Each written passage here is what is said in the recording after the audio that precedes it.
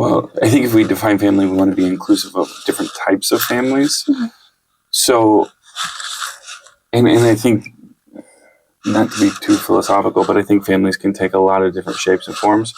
So I think families are any connected unit that has an understanding and bond that goes deeper than just friendship. And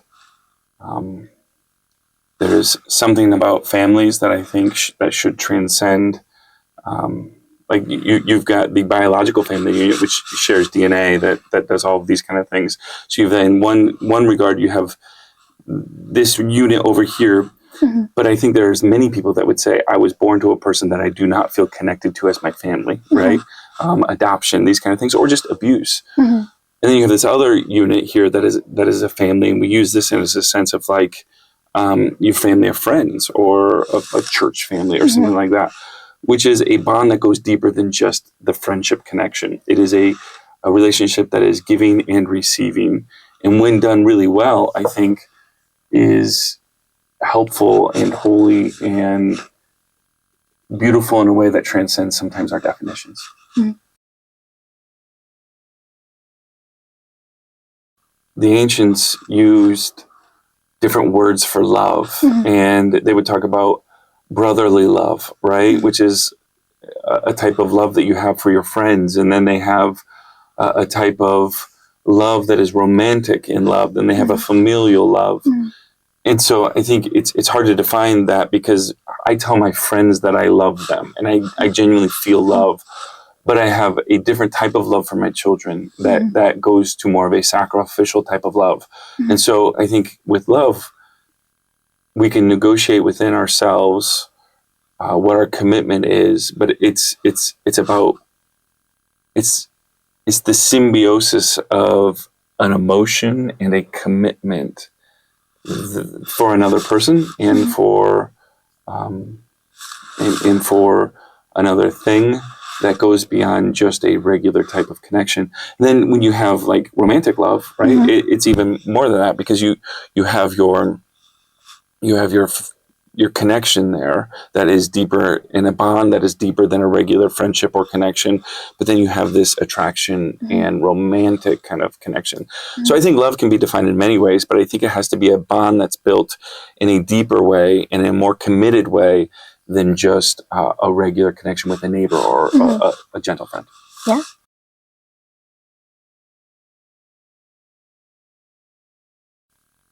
Well, I think representation matters. And because I think we can tend to believe that the things we see and that we receive are reality.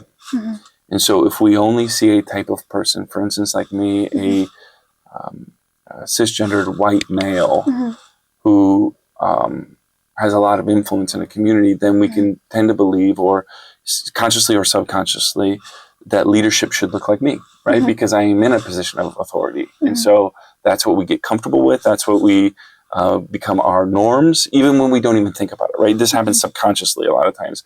And so then when something like somebody unlike me starts leading, then there's something within us that says or feels that this is not right. Yeah. And so I feel like representation helps us to confront our own biases, right?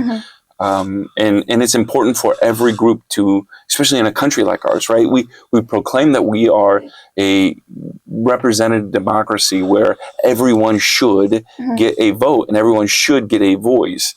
Well, you can't say that if you don't have everyone around the table, right? And so it's really important and incumbent on people like me who is a person that is probably in the dominant group to make sure that I allow and support and encourage the representative part of our community and democracy, because I think we all need to hear other voices. We are better when we hear other voices. I am better to learn from other people. Sitting across the table from you, hearing your experience makes me better as a person. It makes me more full and wholehearted as a person when I know that my experience isn't the only experience that exists in this world.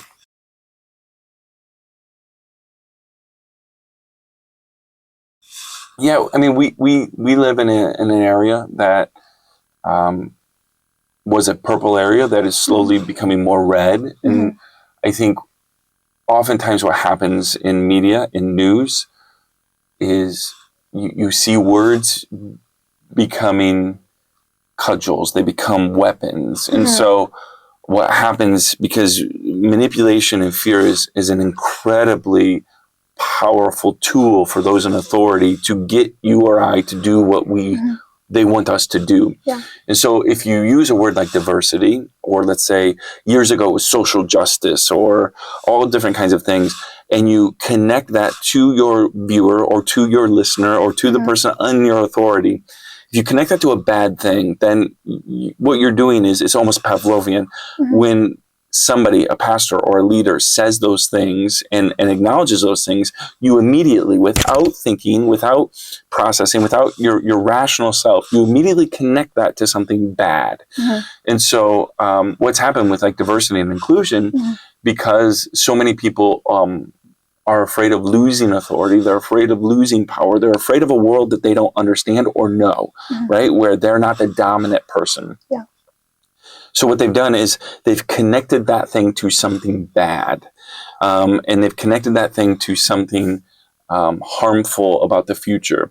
And when they do that rhetorically to their listeners, to their people under them, then it becomes a powerful tool to manage emotions. So all that to be said, I think we don't always do enough in our community for diversity and inclusion. I think diversity and inclusion is something that many people have learned to fear, but all it means and what it should mean is that everyone gets the same opportunities. And that is what we should as a community embrace. It is, I think, at the core of the American spirit that everyone gets the same opportunities. But if we're honest about that, we can say because of poverty, because of gender, because of all kinds of things, everyone doesn't always get the same opportunities. Well, there's macro and micro things that we can do, right? Firstly, like what can we do as people? I think we have to learn to know our neighbor. I think we have people that are siloed in their own neighborhoods. And so we don't know our neighbor well. My grandparents knew their neighbors. They knew the names of their neighbors. They knew, and that didn't mean that they shared in the same political or religious beliefs, but because they were connected geographically, because they lived on the same rural road, and because sometimes when they needed, they had to go and receive from somebody else, they ended up building a bond. And it's this weird existence of friendship and connection that doesn't exist as much anymore, where they're your neighbor. Are they your friends? No, they're my neighbor. And that existed as a category that was important to people. And I think if you know your neighbor and you learn your neighbor and you start caring for your neighbor, then their differences don't seem all that much. They might be a different gender, they might be a different sexuality, they might be a different race or religion, but you know them as your neighbor, the person that also mows their own lawn, the person that borrows a tool from you or borrows something. And I think we have to reclaim that. And it takes time and it takes effort, things that we're not always willing to give. That is a currency that we have that we're not really usually to give. I remember years ago, we moved into a new neighborhood, and across the street from us are dear friends of ours that became dear friends, but they weren't initially. They're older than us. The gentleman is a military veteran that worked as a union job. My family is college educated. I have my master's degree. Down the street was another person that had a different background. And every Sunday night we would come together and we'd have a drink on their porch, and while it was warm enough. And we built a bond that was really special. And we don't always agree on politics. They don't attend my church, for example. But we became friends and neighbors. And I think that's really, really just important. And we talk about the art of reclaiming good neighboring. And I think that's important. Now, on a larger or more robust level, I think we need to encourage representation in government, in religious institutions, in business. I think we need to support and honor those companies and churches and governments that are doing that. I think we need to create communities of encouragement and inclusion where those who might not always speak our language or have the same cultural background feel a sense of belonging here. not be afraid of people who are different than us. And I think when you do that, because what we're talking about, whether it's in a church, a business, a government, a neighborhood, you're talking about changing cultural norms and cultural expectations. And so when you become a community, not because you're trying to meet some kind of target political agenda, but because you genuinely care about another person and you genuinely want people at the table to have their opinion, to receive what they have to say, then you change the culture of a community. And the reason that, in my experience, that often doesn't happen is not because people don't care. It's because it takes a sense of focus that people aren't willing to do. Yeah.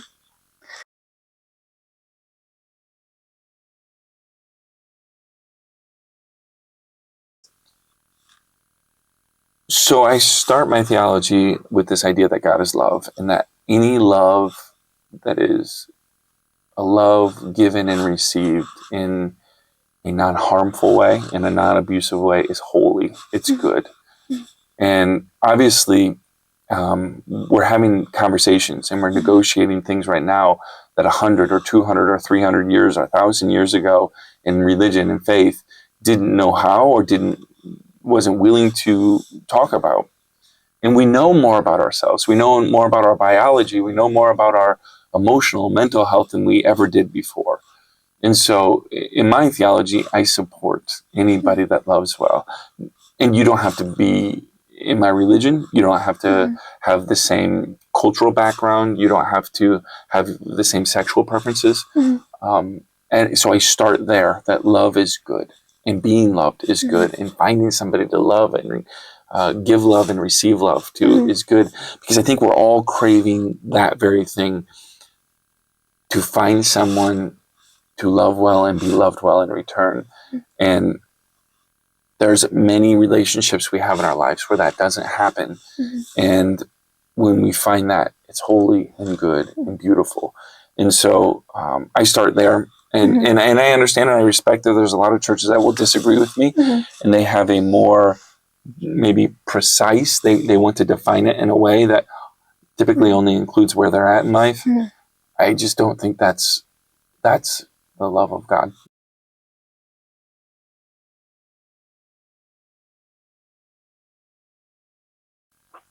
Well, so both and a little bit. So my theology has always been based in the foundational principle that God is love. And so, and that God, if our faith is true and that our beliefs in God are true, then God ought to be the source of love, but also love more robustly than we can. And so if I can love somebody and love them well, and then I say that God doesn't love them well, then that just seems to limit, then how loving is God, right? And so there's all these kind of questions there that I had in theology. But I also grew up in a very single mother, teen mom that raised my siblings and I in a trailer park. And we knew what it meant to feel othered, to feel like we were too poor or too embarrassed of our kind of situation. And so my mother was very much, even though she was not educated, even though she didn't have the language, I think there was a sense of being kind, because when you have walked through areas of your life and you've walked through situations of your life where you have felt like you are not loved or not in control or not a person of influence, then you start being a little more gracious towards those. And you also start collecting with people who are on that outside as well. I remember in the trailer park we lived, right? It was a trailer park of diversity in a way. There were a lot of, even though we're in a predominantly white community, there were a lot of elderly or elderly women particularly that didn't have a lot of income, but they were just trying to retire with dignity in a very impoverished way. We had a lot of single moms. We had some single dads. We had members that, again, would not be able to, this is the 80s, didn't talk about it, but looking back now, we're clearly gay and other gendered and things like this. And so you kind of collect together in these kind of environments of poverty, and you learn to see others and accept others a little differently. That said, I'm also a product of a rural conservative area. And so there's imprinted biases in me and things like that. And a dear friend of mine, one of my best friends from high school and college, came out right after. We were roommates. And I remember thinking, because I cared deeply about my friends, I remember thinking, it must have been so hard because we shared everything. He was my best friend.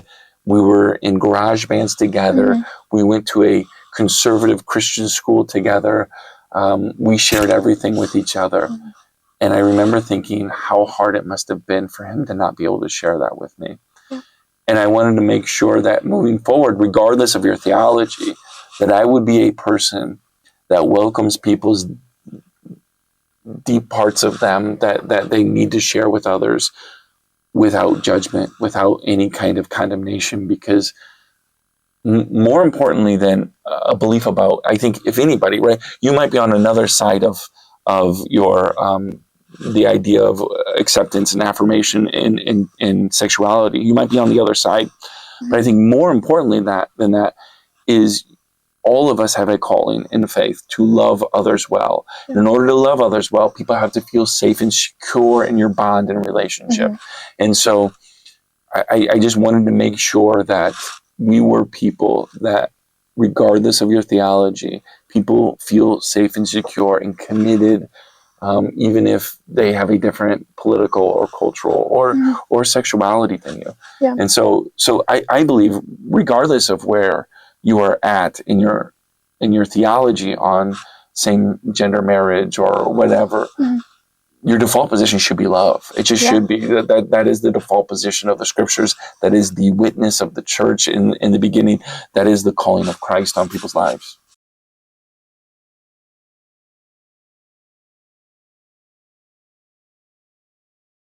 There are many reasons, whether you're of faith or not, to believe that violence is not the answer. But I will only speak from the theological background that I have, that violence is never the example of Christ. Never. If anything, sacrifice yourself and give yourself over to people and be kind and loving and compassionate over and over and over again. We see Christ take people who are on the outside of society, whether there's a woman caught in adultery or there's a tax collector. Back then, to be a tax collector meant that you were taking advantage of other people. You were working for a system that oppressed. And those who were around Jesus would look at them as somebody that was violent and vile, and Jesus dines with them because, again, to confront our biases, to confront our notion of what is good and not, is something that Jesus consistently did. And so I would say, if you're wanting to commit violence against anyone, particularly those who, because of their sexual preferences, you think for some reason need your violence, know going into that, your actions, your behaviors are nothing like Jesus. And so you do not act on behalf of a faith that proclaims that Jesus is Lord. This is also, again, we'll get into the weeds on this, but this is why I think churches also need to talk. So there's a couple different things that churches talk about. We typically stick to orthodoxy, right? What you should believe. That's what churches like to talk about often. This is what you should believe. This is what the scriptures say. But we don't, and then we get into a little bit of orthopraxy, what you should practice, how we should live, these kind of things. But we usually define our faith by what you should believe. And so people have all these beliefs, but they don't know what to do. I also think there's orthodoxy, orthopraxy. I also think there should be orthopathos, how we should feel about each other. And that's what needs to happen. You have an anger in your heart about another person. I don't even want to talk about your beliefs. I want to talk about your anger and your emotions and why you have that, and get to the seat of that, because you may believe you have the right beliefs, And we can debate beliefs all day. The scriptures are a polyphony of voices and witnesses that take thousands of years to unfold the story of God. We can debate and disagree about all of that. We cannot say, though, in any way that there is a testimony in scripture that allows for your heart to be that violent. That is just against every good theology. It is against every historical belief that is acceptable. And so if that's what you feel, question yourself why. Because I bet it's not about the other person. It's about something going on with you. And then explore that. Ask a therapist. Ask a pastor. Ask yourself. Pray about it and figure out why you feel so violent towards another person. It is not helpful. It is not holy. And ultimately, it is hurting you in the end.